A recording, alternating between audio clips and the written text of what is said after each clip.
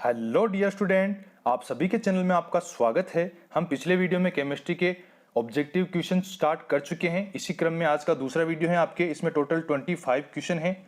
Start करते हैं। 21 number question है आपके लिए, वायु में नाइट्रोजन का क्या महत्व है बताएंगे आप। वायु में नाइट्रोजन का क्या महत्व है? ये शरीर के लिए अत्यावश्यक है। ऑक्सीजन को तनु करती हैं जो कि शुद्ध अवस्था में अत्यंत क्रियाशील है। ऑक्सीजन को रक्त में घुलनशील बनाती हैं या फिर वायु के घनत्व को कम करती हैं। तो कौन सा ऑप्शन इसमें राइट हो जाएगा? वायुमंडल में नाइट्रोजन का महत्व है, ये ऑक्सीजन को तनु करती हैं जो कि शुद्ध अवस्था में अत्यंत क्रियाशील है। और ये नाइट्रोजन जो गैस है, इसका उपयोग बिजली के बल्बों में नाइट्रोजन गैस भरने में तथा द्रव नाइट्रोजन का प्रयोग प्रशीतक के रूप में पदार्थों को जमाने में तथा कम ताप पर शल्य चिकित्सा करने के लिए इस नाइट्रोजन गैस का उपयोग किया जाता है। तो बी ऑप्शन इसमें राइट हो जाएगा, याद रखिएगा आप। अगला क्वेश्चन आपके लिए आता है, दो विलयनों को कब आइसोटोनिक कहा जाता है?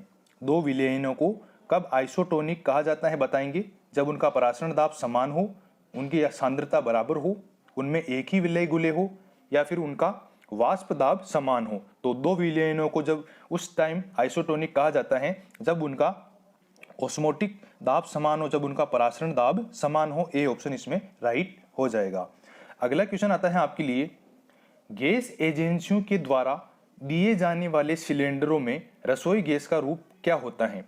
यह आपको पता होगा, गैस एजेंसियों के द्वारा दिए जाने वाले सिलेंडरों में रसोई गैस का रूप क्या होता है? तो कैसा होता है? वो होता है तरल रूप होता है।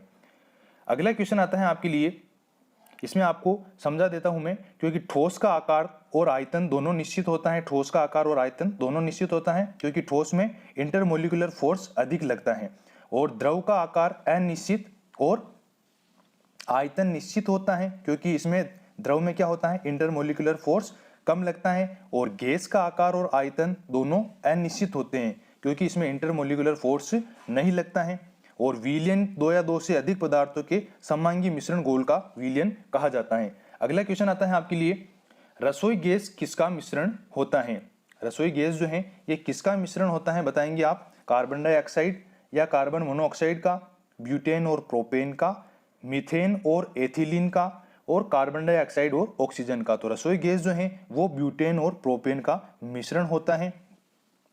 एलपीजी जो गैस होती है, लिक्विड पेट्रोलियम गैस, इसमें इथाइल मरकेप्टन को मिला देने पर एक विशेष प्रकार की तीखी गंध हो जाती है।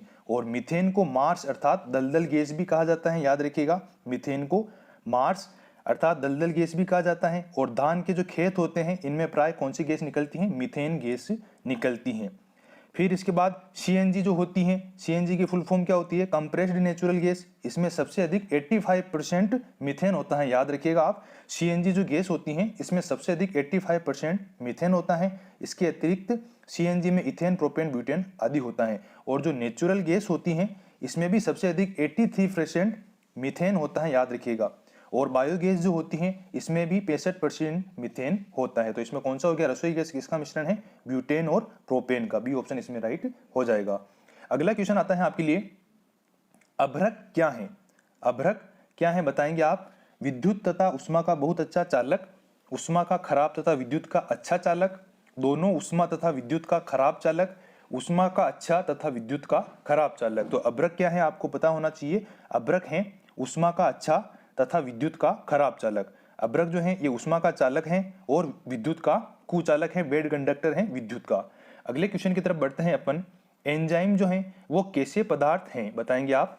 एंजाइम जो है ये कैसे पदार्थ हैं बताएंगे? जल में घुलनशील होते हैं, जटिल कार्बनिक पदार्थों को साधारण पदार्थों में बदलते हैं, वाहिका विहीन ग्रंथि से उत्पन्न होते हैं, या फिर विषाणुवीय बीमारियों के संक्रमण को रोकते हैं। तो एंजाइम जो है जटिल कार्बनिक पदार्थों को साधारण पदार्थों में बदलते हैं। बी ऑप्शन इसमें राइट हो जाएगा। अगले क्वेश्चन की तरफ बढ़ते हैं अपन। बिजली के बल्ब के अंदर कौन सी गैस होती है? ये आपको अभी बता चुका हूं मैं, बताएंगे। बिजली के बल्ब के अंदर कौन सी गैस होती है? कौन सी होती है? नाइट्रोजन होती है, याद रखिएगा। बल्ब के अंदर अक्रिय गैस ऑर्गन भरी जाती है और बल्ब का फिलामेंट टंगस्टन का बना होता है, याद रखिएगा। बिजली के बल्ब के अंदर तो नाइट्रोजन गैस होती है और अक्रिय गैस जो है बल्ब के अंदर ऑर्गन भरी जाती है, और बल्ब का फिलामेंट जो होता है वो टंगस्टन का बना होता है। बढ़ते हैं अगले क्वेश्चन की ओर। कभी कभी ये देखा गया है कि जब हम किसी शीशे के बर्तन में गर्म दूध या जल डालते हैं तो वह चटक जाता है। इसका क्या कारण है बताएंगे? कभी कभी ये देखा जाता है कि जब हम कभी कांच के बर्तन में गर्म दूध या जल डालते हैं, जैसे कांच की गिलास होगी, तो वो चटक जाती है कभी कभी। तो इसका क्या कारण है बताएंगे? इसका कारण है खोलते हुए द्रव अधिक दाब उत्पन्न करते हैं। जब हम किसी शीशे के बर्तन में गर्म दूध या जल डालते हैं तो वो थोड़ा सा चटक जाता है, क्योंकि खोलता हुआ द्रव जो है वो अधिक दाब उत्पन्न करता है, जिसके कारण उसमें थोड़ी सी चटक आ जाती है। अगला क्वेश्चन आता है आपके लिए, जंग लगे हुए लोहे का वजन बिना जंग लगे हुए लोहे से क्या होता है? बताएंगे।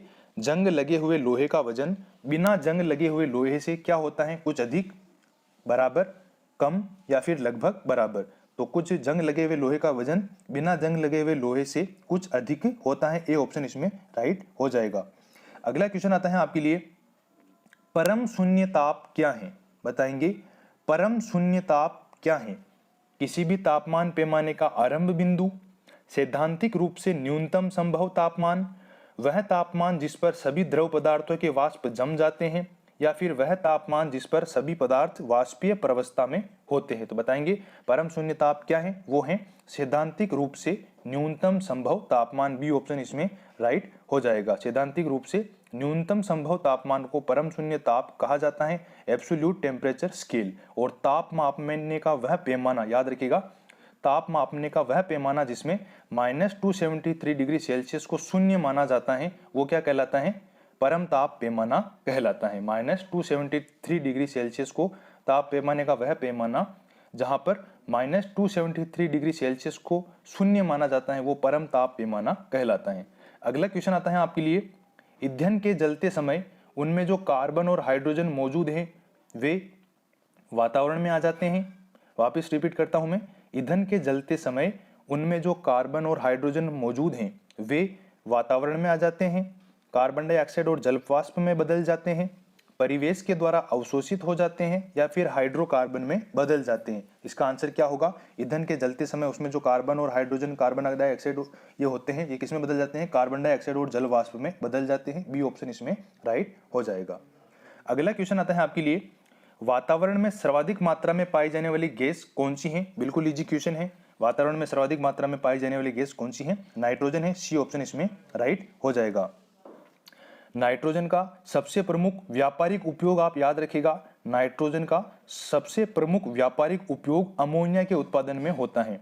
अमोनिया के उत्पादन में नाइट्रोजन का सर्वाधिक व्यापारिक उपयोग होता है, और ये विद्युत बल्बों में तथा उच्च ताप मापने वाली तापमापी में भरने के काम आते हैं। और जो कृत्रिम रूप से गर्भाधान के लिए बेल के वीर्य को द्रव नाइट्रोजन में रखा जाता है। याद रखिएगा, कृत्रिम गर्भाधान के लिए बेल का जो वीर्य होता है, वीर्य को किसमें रखा जाता है? द्रव नाइट्रोजन में रखा जाता है। अगले क्वेश्चन की तरफ बढ़ते हैं अपन। लोहे के पाइपों को संक्षारण से बचाने के लिए उसके ऊपर जस्ते की परत चढ़ाई जाती है, इस प्रक्रिया को क्या कहा जाता है? लोहे के पाइपों को संक्षारण से बचाने के लिए उसके ऊपर जस्ते की परतें चढ़ाई जाती हैं, इस प्रक्रिया को क्या कहते हैं? इलेक्ट्रोप्लेटिंग, तापानुशीतन, गैल्वेनीकरण या फिर वल्कनीकरण। तो बताएंगे कौन से कहते हैं? इसको कहते हैं गैल्वेनीकरण। लोहे के पाइपों को संक्षारण से बचाने के लिए उसके ऊपर जस्ते की परत चढ़ाई जाती है, जिसे गैल्वेनीकरण कहा जाता है। वल्कनीकरण क्या होता है? प्राकृतिक रबड़ में सल्फर मिश्रित करने की प्रक्रिया क्या कहलाती है? वल्कनीकरण कहलाती है। प्राकृतिक रबड़ जो हुआ उसमें सल्फर मिश्रित करने की जो प्रक्रिया होती है वो क्या कहलाती है? वल्कनीकरण कहलाती है। और इलेक्ट्रोप्लेटिंग क्या होती है? इलेक्ट्रोप्लेटिंग निम्न कोटि की जो धातु होती है उसको सुरक्षित रखने या फिर उसको एट्रैक्टिव बनाने के लिए उस पर एक उच्च कोटि की धातु की पतली परत चढ़ा दी जाती है, जिसे क्या कहते हैं? इलेक्ट्रोप्लेटिंग अर्थात विद्युत लेपन कहा जाता है। बढ़ते हैं अगले क्वेश्चन की तरफ। पशुओं की हड्डियों तथा दांतों में मुख्य रासायनिक पदार्थ कौन सा है? बताएंगे। पशुओं की हड्डियों तथा दांतों में मुख्य रासायनिक पदार्थ कौन सा है? सोडियम क्लोराइड, शर्करा, कैल्शियम फॉस्फेट या फिर कैल्शियम सल्फेट। तो याद रखना आप, पशुओं की हड्डियों तथा दांतों में मुख्य रासायनिक पदार्थ कैल्शियम फॉस्फेट होता है। सी ऑप्शन इसमें राइट हो जाएगा। बढ़ते हैं अगले क्वेश्चन की तरफ।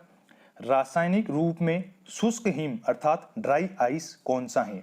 रासायनिक रूप में शुष्क हिम अर्थात ड्राई आइस कौन सा है?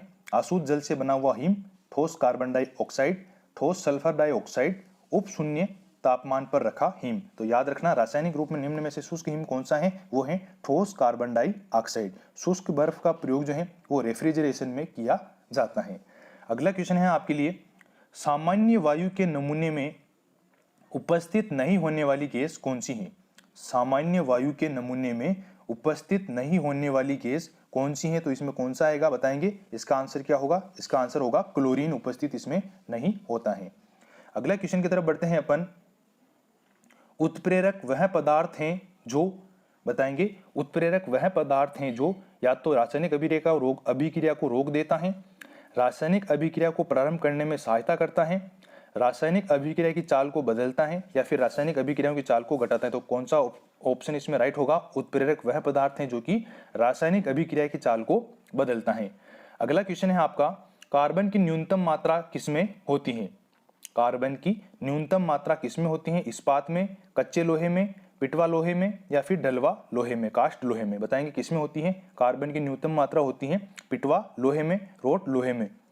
याद रखना आप, कार्बन की न्यूनतम मात्रा पिटवा लोहे में कितनी होती है? 0.12 से 0.25% तक इसमें कार्बन की मात्रा होती है, न्यूनतम मात्रा। और इस्पात जो है, स्टील, ये लोहे और कार्बन का एक मिश्र धातु है जिसमें कार्बन की मात्रा 0.25 से 1.5% तक होती है। और ढलवा लोहा जो है, कास्ट आयरन, इसमें कार्बन की मात्रा 2.5% होती है। इसके कारण ये कास्ट लोहा जो है, कास्ट आयरन, ये कठोर और भंगुर होता है।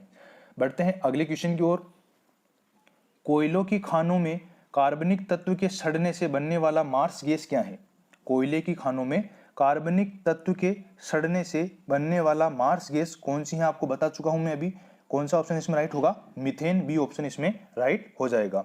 दलदल गैस भी कहते हैं। अगला क्वेश्चन है आपके लिए, बैटरी में इस्तेमाल होने वाला अम्ल है। बैटरी में इस्तेमाल होने वाला अम्ल कौन सा है? एसिटिक अम्ल, हाइड्रोक्लोरिक अम्ल, सल्फ्यूरिक अम्ल या फिर नाइट्रिक अम्ल? बैटरी में इस्तेमाल होने वाला अम्ल है, कौन सा है बताएंगे? वो है सल्फ्यूरिक अम्ल, सी ऑप्शन इसमें राइट हो जाएगा, H2SO4। एसिटिक अम्ल सिरका में पाया जाता है, विनेगर में, याद रखिएगा आप। अगला क्वेश्चन है आपके लिए, सिरका की प्रकृति अम्लीय है क्योंकि इसमें क्या होता है बताएंगे? सिरका की प्रकृति अम्लीय है क्योंकि इसमें होता है, क्या होता है इसमें? एसिटिक अम्ल इसमें होता है, डी ऑप्शन इसमें राइट हो जाएगा। अगला क्वेश्चन है आपके लिए, नींबू तथा संतरे में पाया जाने वाला अम्ल कौन सा है?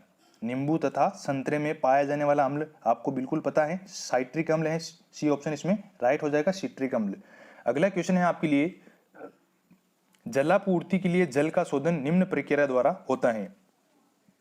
जल की आपूर्ति के लिए जल का शोधन, प्यूरिफिकेशन, कौन सी प्रक्रिया द्वारा होता है? वो होता है बताएंगे क्लोरीनीकरण के द्वारा होता है, ए ऑप्शन इसमें राइट हो जाएगा।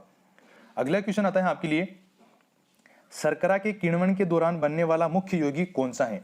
शर्करा के किण्वन के दौरान बनने वाला मुख्य यौगिक कौन सा है बताएंगे? कौन सा आएगा इसमें? एथिल एल्कोहल, बी ऑप्शन इसमें राइट हो जाएगा। शर्करा के किण्वन के बाद एथिल एल्कोहल बनता है, एथिल एल्कोहल बनता है शर्करा के किण्वन के बाद, बी ऑप्शन इसमें राइट हो गया। और किण्वन किसे कहते हैं? याद रखना, वैसी रासायनिक अभिक्रिया जिसमें कोई कार्बनिक जटिल पदार्थ एंजाइम द्वारा सरल पदार्थ में बदल जाता है, वो क्या कहलाता है? किण्वन कहलाता है। अगला क्वेश्चन है आपके लिए, नाइट्रोजन यौगिकीकरण का क्या अर्थ है? नाइट्रोजन यौगिकीकरण का क्या अर्थ होगा बताएंगे आप? नाइट्रोजन का ध्रुवीकरण, वायुमंडलीय नाइट्रोजन का जरूरी यौगिकों में परिवर्तन, नाइट्रोजन का एमिनो में परिवर्तन, वायुमंडल की नाइट्रोजन का पिंडन। तो नाइट्रोजन यौगिकीकरण का क्या अर्थ है? वो है वायुमंडलीय नाइट्रोजन का जरूरी यौगिकों में परिवर्तन। यह आपका दूसरा टॉपिक, दूसरा वीडियो कंप्लीट हो चुका है। 25 क्वेश्चन हुए हैं। अगले वीडियो में अपन 30 क्वेश्चन कंप्लीट करेंगे। अगर आपको वीडियो पसंद आया तो इसको लाइक जरूर कीजिएगा और अपने फ्रेंड के साथ शेयर कीजिएगा। अगर चैनल पर नए हैं तो सब्सक्राइब जरूर कीजिएगा।